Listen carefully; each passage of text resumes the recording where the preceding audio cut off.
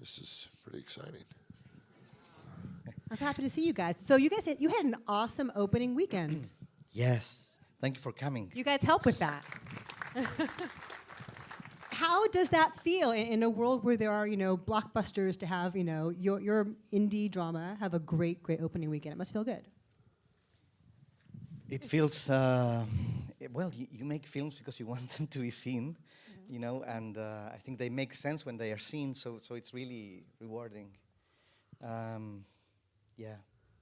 I don't have many opening weekends, so this is this is exciting. This is exciting. The first for you too. I think I pissed off the rest of the cast. I don't know where everyone is. This is I thought this may be an intervention for me or something. But sir in the shorts in the front row, could you just close your legs or not?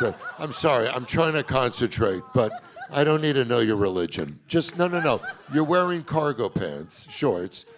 Just keep please don't cross your legs. Thank you. It's just it's reminding me of theater camp. Forgive me. My job's going to be so easy today. This is awesome. So, Sebastian, tell me about the meeting you had with Julianne where you guys first met and decided that you wanted to work together. There was a great deal of mutual admiration going on there.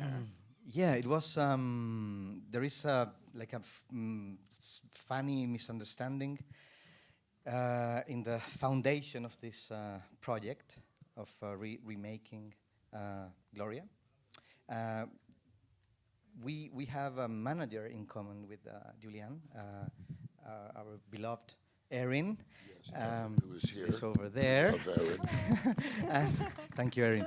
And I don't know if something got lost in translation or something, but I understood that Julianne had seen the film, the original film, loved it, didn't want to have anything to do with a remake, but wanted to meet with me. So I was very flattered, and she was in Paris, so we met, but under the assumption that she didn't want to, have anything to do with a remake. It was kind of like a general meeting. So yeah, we talked like for an hour, or she talked for an hour, and I listened in awe, and she was very generous when talking about the original film, and her understanding of the character was deep, and I was like touched by that. And then towards the end of the meeting, I said, well, thank you, it's been an honor to meet you, and I totally get it. If you don't want to do a remake, who would? And she said, no, wait, I would only do it if you directed it. And then I channeled the following words, because I didn't say them, and I would only do it if you are in it. And then what am I doing? Because who remakes his own film? But I was about to shoot 2 films, so off I went to do those films. And after that, Julianne called and said, I have a window in tomorrow.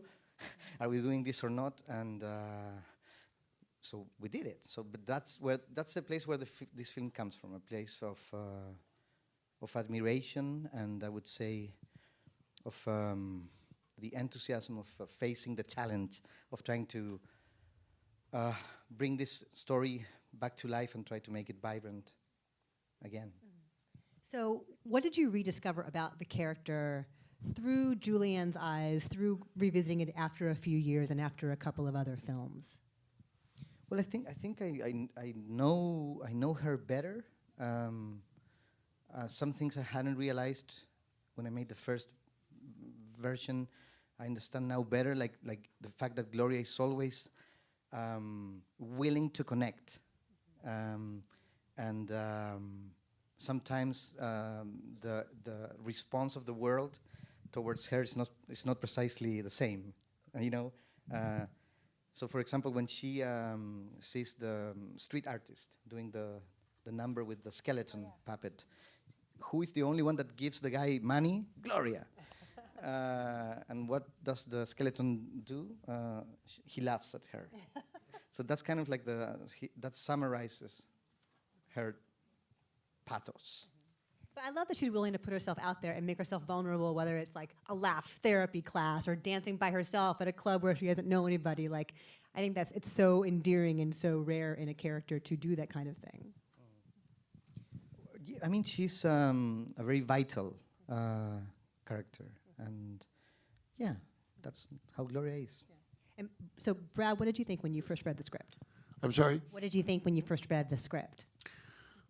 Well, my experience was very different. I was supposed to play John Turturro's role, and I was very disappointed. I show up for the first day of shooting, and like about 5-6 hours into it, I'm like, this guy's doing all my lines, you know? And Sebastian pulled me aside and said, you're not even allowed to be here. But, well, you know, I just, our experience, obviously, our relationship is very different. I was Sebastian's stunt double for many years in Chile, all the Chilean kung fu movies I used to stand in for. But I got very lucky to meet with him. It wasn't in Paris, like with, you know, Julian. They said, can you meet him at an oil refinery in El Segundo? He won't get out of the car, but he'll speak to you through a wire. So that's pretty much what happened. We met, and I love the character. Ironically, I'm divorced and have a son and a daughter around that age, and still kind of hang out with my ex-wife, which is you know, difficult with the restraining order. But she. So I just felt I really related to Dustin, you know, but he's just such an amazing director. I know it's cliche to say he's an actor's director, but he really lets people discover, and the scenes are loose and fun. We tried many different things, and it was a wonderful experience. Well, I feel like you guys convey so much, so elegantly and efficiently in that scene where you're all together about what that relationship was like when you were married and what it is like now. So what sort of conversations did you guys have to achieve that? Did we talk? I think I remember we met. Right. I don't like to rehearse, so it's more about you know, creating some kind of. Which is so great because so many things come out in the moment, you know, and so many things are over-rehearsed. And this was just, you know, a bunch of people hanging out, and so much of it was just taken from what was improv, but we stuck to the script at the same time, and it was it's really a wonderful way to, you know, to be able to work. I would think for you being a comedian for so long that you enjoy being in the moment and having a looseness. Yeah, absolutely, and that's what was wonderful about it, was just be able to try things and experiment things, and you know, I was looking at Julianne and Turturro and just going, I don't belong here, pretty much. Just a little more, just a little. We're talking inches. Just it's you're in a movie with people, please. I know. Okay. I don't know if they're leaving or coming in, but thank you. Take your time. Thank you. All right. Thank you. It's my agent just leaving. All right. Just keep talking, Sebastian. No, but it is a very different role for you, Brad, from a lot of the work that you've done previously. Yes. So where did you find the character then? How did you come to understand him? You know, I'm going to be honest with you, and thank God you can't fire me now. But you know, I know a lot of wonderful. You know, they have a process, and there's a whole thing. You know, Daniel Day-Lewis, bless him, genius. I was supposed to play Lincoln, by the way. A lot of people, I had the height. I didn't have to wear and you know, again, they went another way, and that's fine. But I am doing a play about Lincoln off Broadway. I'm excited about. It's called Lincoln, the Man, the Car, the Tunnel. And it's full circle. It takes you through. I don't have much of a process. I wish I did. I just try to, you know, hit my mark and stay out of people's light, because I'm large, you know. And Sebastian kept coming up to me going, "You're in everyone's light," you know. And I don't know if it was a religious thing or he would, He called me the human two-shot, like after the third day. But I just tried to just keep it PG. Right? I was a good listener, right? Pretty much. I was nervous. I was very nervous, so I tried to keep it. But it was great. I did, I felt I related to the guy. It really wasn't much of a process. Sometimes I'll wear a hat before I shoot. Sometimes I put on a hat that smells like bourbon, and I know that's hard to relate to, but it's just something about that brings back my childhood, and it goes right back to the dysfunction. So I'm constantly trying to find the dysfunction of my childhood, which yours was different because you had an amazing relationship with your mom, right? I don't mean to take this over. Please do. You're on a roll. I think. I'll sit with this guy right here. No, he's Can I sit over there? Can I sit by your side? no. I'm just all right. Okay. All right. But I know it is partly inspired. He's losing another one. Okay. That's. But the ones who are staying are quality. You guys are in it, right? Yes. Thank you. Absolutely. Thank you. But it is inspired by your mom, Sebastian, and by the conversations that she had with her friends, correct? Yeah, I mean, not my mom has never drank that much. No, but I used to. I mean, my mom is divorced, and her friends, many of them are divorced, and so they would, gather, and I was always invited to that table, so to say, and they would drink some pisco sour, and I would sit with them and listen to them for years, and and I was always having so much fun by listening to their anecdotes and stories, and about everything, like mundane stuff, or going out, dating, meeting not precisely ideal men.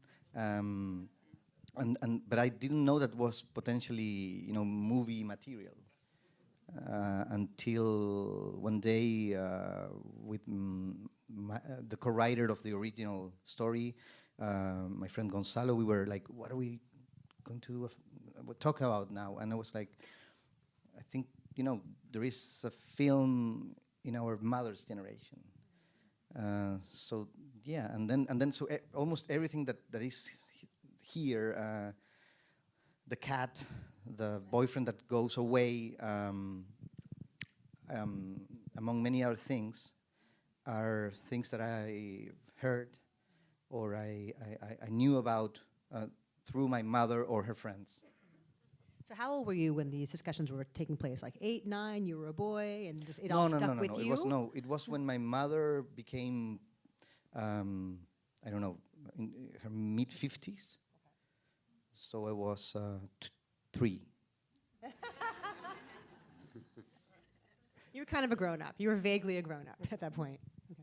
And then moving it to Los Angeles, how does that change the character? How does that change the story? Well, the thing is that the game of the film is to take a secondary character and turn her into an absolute protagonist.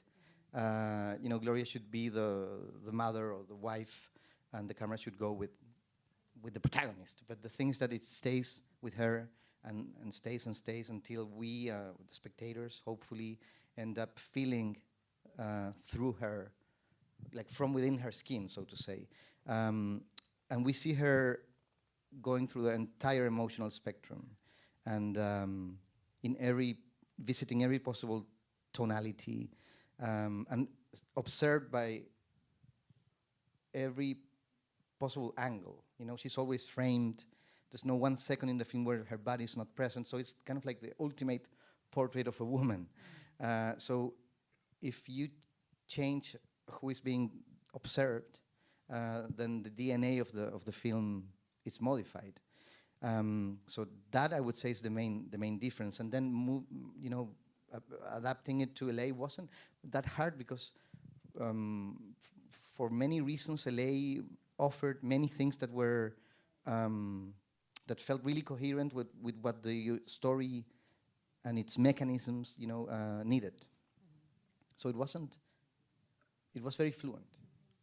I love the way you shoot Los Angeles, because what's happening in her life is reality. It's the daily, day in and day out of mundane stuff, but then there's like a gauzy, hazy kind of dreamlike quality to the air, to the sunshine around her at all times. I love that choice. What was that choice inspired by? Well, the wonderful DOP, Natasha Breyer, she was a great collaborator, and I really wanted to work with her because she has that capacity of creating abstraction without losing the real touch of things. And we really wanted, we were talking about let's make it sci-fi, you know, but so you create an aesthetical tension between what you're seeing and the style that you're using, you know. So this is not, it oscillates between being sometimes a very simple, so to say, grounded, realistic approach, but then there are many moments and long passages of when the film becomes quite abstract and everything seems to be floating, and you know, the flares and the colors, and it's kind of like, and the music as well, the score helps a lot to throw things in that direction. Yeah, we wanted that dreamlike quality in the film. It's hard for me to know, I don't know why, you know, it's just, maybe it's because this is a film that was made after 2 films. You know, I made Gloria and then A Fantastic Woman and a film called Disobedience, so I was somewhere else as a filmmaker, and I wanted that to you know, to make its way into the film. The color palette, the way of using the cameras, the calligraphy, etc. It gives it kind of a fascinating, kind of eerie fairy tale quality to it, the way it's shot. I mean, Brad, you're from LA. You've seen a million films that are shot and set here. I am, yeah. It looked. I recognized a lot of places. Yeah. I don't know what to say, to be honest with you. I would have shot it somewhere else, personally. Chile, I think it would have been great to I've always wanted to shoot there. Yeah, no, I'm just happy to be on the bus. Do you know what I'm saying? I do. Very, very happy. It's No, I'm here. The green room, it's like popcorn and candy and mirrors. It's just incredible.